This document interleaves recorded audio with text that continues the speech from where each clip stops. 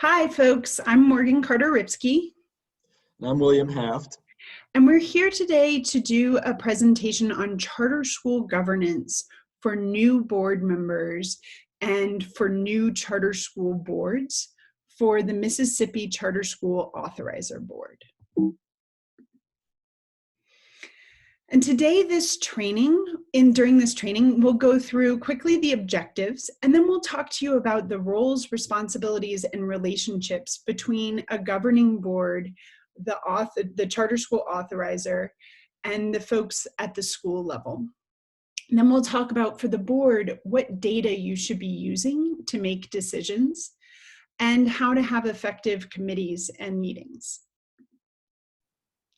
Our objectives here are to help new board members and new governing boards understand the purpose and legal responsibilities of a charter governing board, to discuss how data can be used to make board level decisions about the organization, and to learn some best practices for holding effective meetings. So I'm going to kick us off on the governance basics. First, the purpose of a governing board is to provide strategic guidance for a charter school. So you're not there to do day-to-day operations of the school, but there to help guide and define the mission and the vision of the school, set the charter contract with the authorizer board, and develop policies and make changes to the policies as necessary. And then your role is to help hire and manage the personnel who are executing the day-to-day operations of the school. And with the executive leadership team, building a long-term plan to assure the school's sustainability and accountability to the authorizer board. And as you know, board members meet periodically, usually monthly or every other month, to discuss and vote on affairs of the organization. So in Mississippi, the charter governing boards report to the Mississippi Charter School Authorizer Board. The Authorizer Board will write the charter contract, which really defines what you're held accountable to as a governing board. And then they'll also monitor your compliance with that contract and monitor the performance of the school. And then they will determine whether or not they renew or decline to renew new contracts. Your role as a governing board is to ensure that you are being compliant and that the school is being compliant with the charter contract, and that you're meeting the performance goals that you as an organization set out. Your goal is also to oversee that performance, monitor it over time so that it doesn't catch anybody by surprise as you see where you're headed throughout the school year. You also hire and fire the leadership of the school, and as a community member, you're there to really promote the school and support the school in other ways. The executive director or the CEO or the school leader, whomever it is who you've hired to oversee the day-to-day school functions, their role is to hire and fire and manage the school staff and to ensure that the performance goals that you help them set are met. And then the school staff are the folks who are doing the hard work of daily instruction and school operations. And do we have time to jump back to that for a moment, Morgan? There's another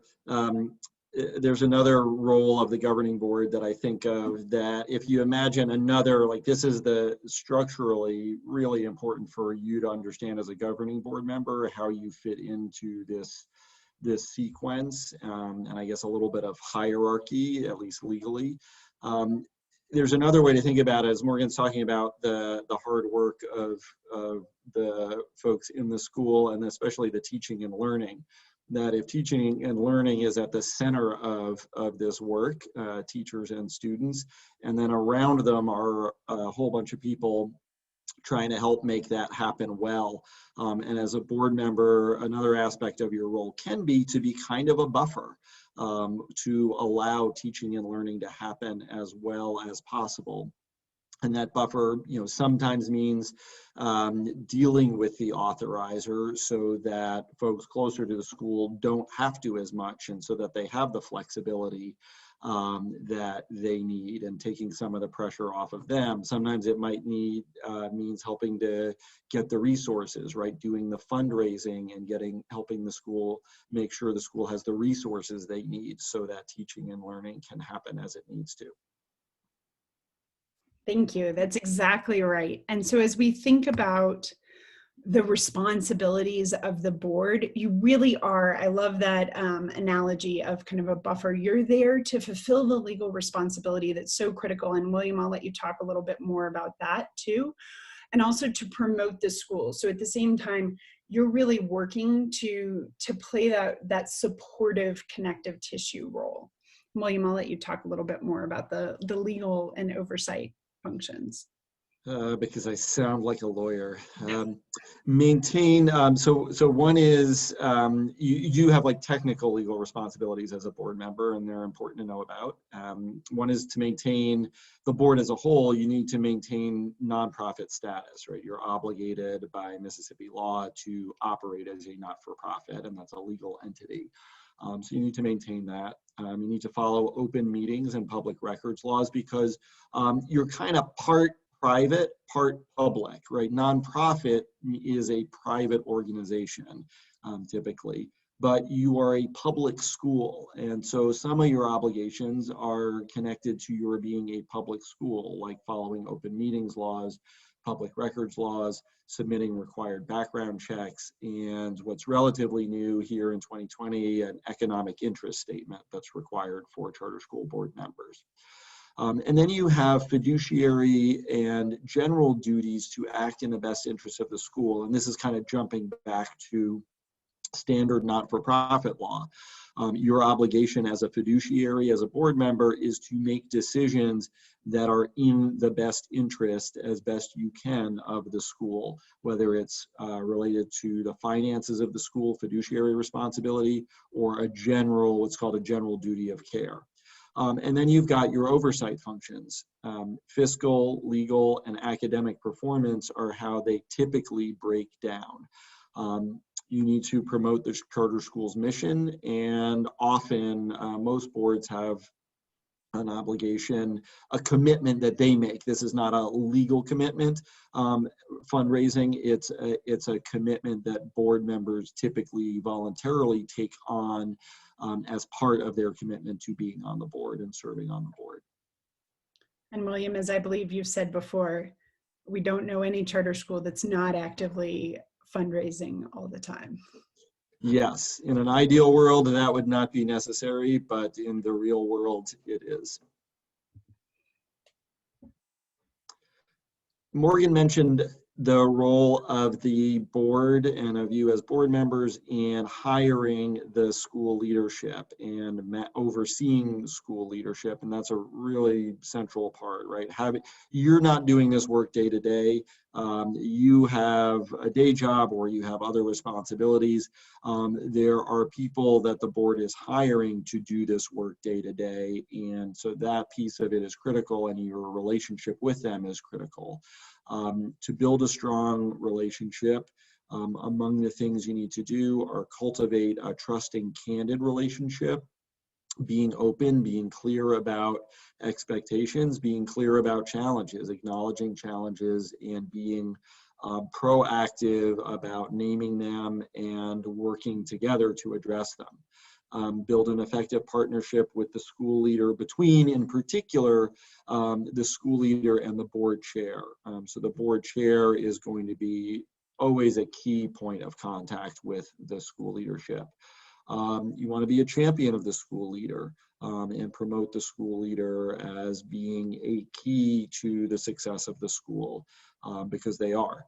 Maintain an up-to-date school leader succession plan. So know what happens if this school leader, if and when this school leader decides to leave. Have an idea of, in some cases you may have plenty of time to plan for it, and you're even cultivating the new school leader. That's kind of an ideal scenario often.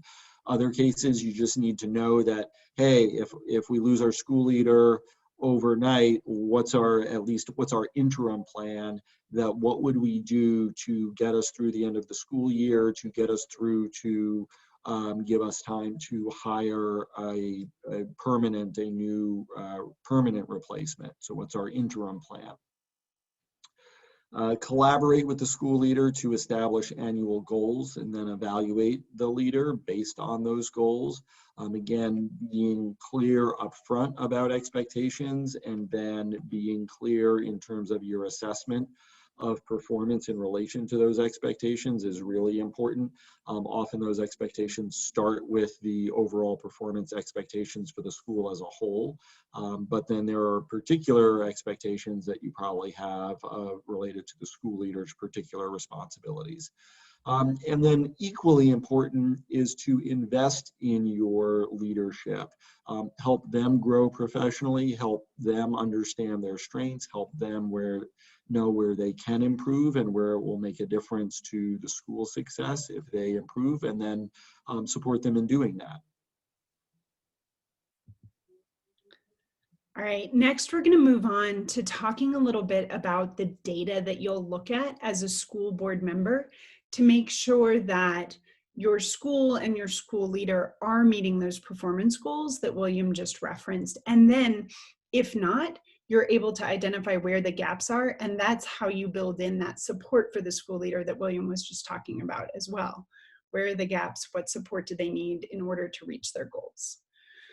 So first, just so you're aware, we believe that all board members should be really well versed in the mission of the school. This is something that you help set as a board member. Even if you're a new board member coming into an established school board, it's really critical that you understand the mission of the school, what the school is trying to accomplish in the long term, what's the strategic plan for getting there, and then what is your agreement with the Mississippi Charter School Authorizer Board that is stated in your contract so you know what you're being held accountable to as a board member. And as a board member, you should be getting regular updates on the academic, financial, and operational progress towards goals. And you as a full board should have a clear shared definition of success, and that should be aligned with the contract and the performance framework, which I'm about to talk about. So in the state of Mississippi, there is a very clear performance framework that is the accountability mechanism for all schools authorized via the Mississippi Charter School Authorizer Board. You can find that performance framework on the Mississippi Charter School Authorizer Board website. It's easily accessible, and you can also download this presentation from their website and click on the links embedded in this presentation to get there as well. So the framework cuts across three core areas that I've already stated: academic performance, financial performance, and organizational success.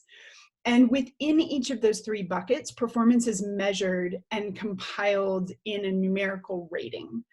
So every year you'll get an annual school performance report and see a numerical score of how your school has done. Also on the website, you're able to go in and download annual performance reports from other schools to see their past performance and kind of get a good understanding, especially if you're a new board member, a new charter school board that is starting a brand new school. You can get a sense of what this has looked like for other schools over time as well. And so what we want you to do right now as an action item is a little differentiated. It depends if you're a new board member of an established charter school, so an existing school with an existing board, but you're a new board member. We encourage you to go look at the performance framework on the Authorizer Board website and start to ask some questions of yourself. So what data do I need to know as a board member to ensure that the school is on track to success according to the performance framework? And start to ask the question, should I be seeing this data monthly, quarterly, annually? Some data is harder to get, and schools won't be able to present it to you with frequency of every month. But some data is monthly, like financial data. Often you should probably be getting a finance report every single month. So ask those questions, look at the board reports that you're receiving, and if you're not really clear how those reports align to the performance framework, sit down with your board chair and ask about it. Sit down with your school leader and learn more about it. And if you are a new charter school board that is starting a new charter school in the coming months or year, what we want you to do is really look at this performance framework, look at your charter school contract, and then start to think about building a dashboard that you can review on a regular basis. So take that data that you need to track and figure out, what am I going to see monthly? What am I going to see quarterly? What am I going to see annually? Work with your school leader and have it pre-built so that you all agree to what data you're looking at on a regular basis to help assess the performance of the school and to help catch in moments where there are kind of yellow flags, and the school leader is able to raise a flag so the board can come in and help support them at that time. It would be hard to overstate the importance of knowing the school's performance in relation to the charter school authorizer board's performance standards. That's what the Mississippi authorizer is going to use to decide whether your school has earned renewal. So if you hear us say it 3 or 4 or 5 or 6 or 7 times through the course of this, that's why. That is just front and center in your role as a board member. Yep. And so moving on to the final piece of this presentation, talking a little bit about how to have effective meetings. And William, I'll hand it off to you here for committee structure. Effective meetings as a board, one of the things that happens, in part because this is something you're doing on a volunteer basis and you're not spending all of your time thinking about it and working on it, is that it can be really challenging to get work done that you need to get done effectively in the time that you do have. And one way to get there is to use committees to do it. So you have a regular meeting schedule, whatever it might be, monthly, every other month. But then things need to get done, work needs to get done. If you just are focused on the school at the moment for the 60 minutes, 90 minutes, 120 minutes of that meeting, you're not going to get done everything that you need to and be able to make the decisions and move the school forward in the way that you as a board need to do. So committees are can be a really effective way to address that challenge. They help boards operate more efficiently by getting done work in between meetings, by getting work done in small groups, so that you can bring decisions and choices can come to the board having already been vetted, having already been well researched, having already been thought through. So it makes the board's work as a whole more efficient. A really common committee structure, and maybe the foundational committees, you might say, are the ones in the diagram here. Starting on the left, governance, ensuring effective governance, the governance committee, whose job it is to ensure that the board is functioning well in effect, that governance is effective. They're responsible for evaluating the board or getting evaluation done of the board's work, and recruiting and training new board members. Academic excellence. And the next 3 really, or the next 2, are based on key aspects of how the Mississippi Authorizer Board is evaluating your school. Academic excellence, looking at academic progress towards the goals, and they certainly should be the goals in your performance framework. You may have additional goals as well that are more internal goals. So that's academic excellence. And then finance, overseeing finances and budget development, ensuring both the responsible financial management of the school and the financial viability of the school as well. And then finally, development, fundraise on behalf of school. We talked about that earlier. That is typically part of the gig of being a board member. And William, we've talked about this in the past, but the committee structure usually is most useful when your board is at a certain size, right? So if you have 4 to 6 members on your board, it's hard to divide up into committees. Yeah, that's a great point. So I've always heard kind of best practice is, first of all, having an odd number of members on the board and having at least 9 and up to 13 to 15 board members. 15 is gets a little unruly for for getting a quorum. Yeah, that's the balancing act, right? With a board is you want enough that you can get work done efficiently, which includes to this enough that you can actually have committees, right? If you only have 3 people on a board, in some states legally that would be just fine, but if you're going to have committee work, well, everybody's on every committee, so that doesn't help much. So getting a critical mass, but then, yeah, to your point, Morgan, if you have 15 and that means you need 9 or 8, let me do some math here. You need 8 for a quorum to have a meeting to meet officially, then that can be challenging. So somewhere in that range, 9 to 13 may be an ideal depending on where you are. And certainly 9, having that number is enough to do committee work and break up into committee work. And the other thing that you can do that committees can be helpful for, sometimes just for the work, it's really helpful to bring in outside expertise, and hopefully your bylaws allow you to do that for committees, and you might check that. But if they do, that can be a really good way to bring in outside expertise. So you have the people on the board, on the finance committee, you can bring in somebody with finance expertise to join that committee unofficially. They don't vote, but they can advise. And it's a really good way to introduce prospective board members to your work and to your school, is to invite somebody that you think might be a good prospect for the board to sit on a committee that would be relevant to the expertise and the experience that they would bring. A way for them to get to know the school, a way for you to get to know them and see if it's a good fit. Yep, it's a great pipeline strategy for recruitment. All right. So moving on to making sure your meetings are effective. You have your committee meetings, let's say, and then once a month, every other month, you come together as a full board. To be effective as a full board, first, you've got to comply with the law, with open meetings laws. When a quorum or a simple majority is present, open meeting laws apply. You need to record the minutes and make those minutes available to the public in Mississippi within 30 days. You need to provide annual notice of meeting dates and times so that if people would like to attend a meeting, they have an opportunity to do so and they know how to do so. Typically these days, electronic notice is fine, but you may want to do more than that, physical posting or in media. Follow clear strategic agenda.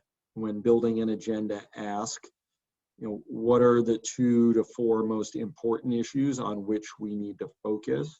So this is kind of a time management thing, right? No coming in, well, if we don't get everything done that we're hoping to get done, what are the 2 to 4 things, 2, 3, 4 things that we absolutely are going to get done and make sure that we get to? What must the board do at this particular point in time? Think about framing your priorities with that question.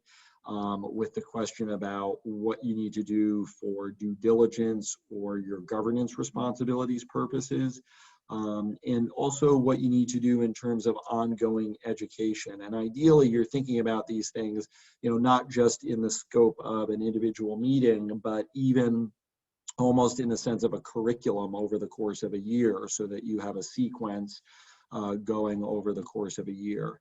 And then adhere to consistent decision-making protocol.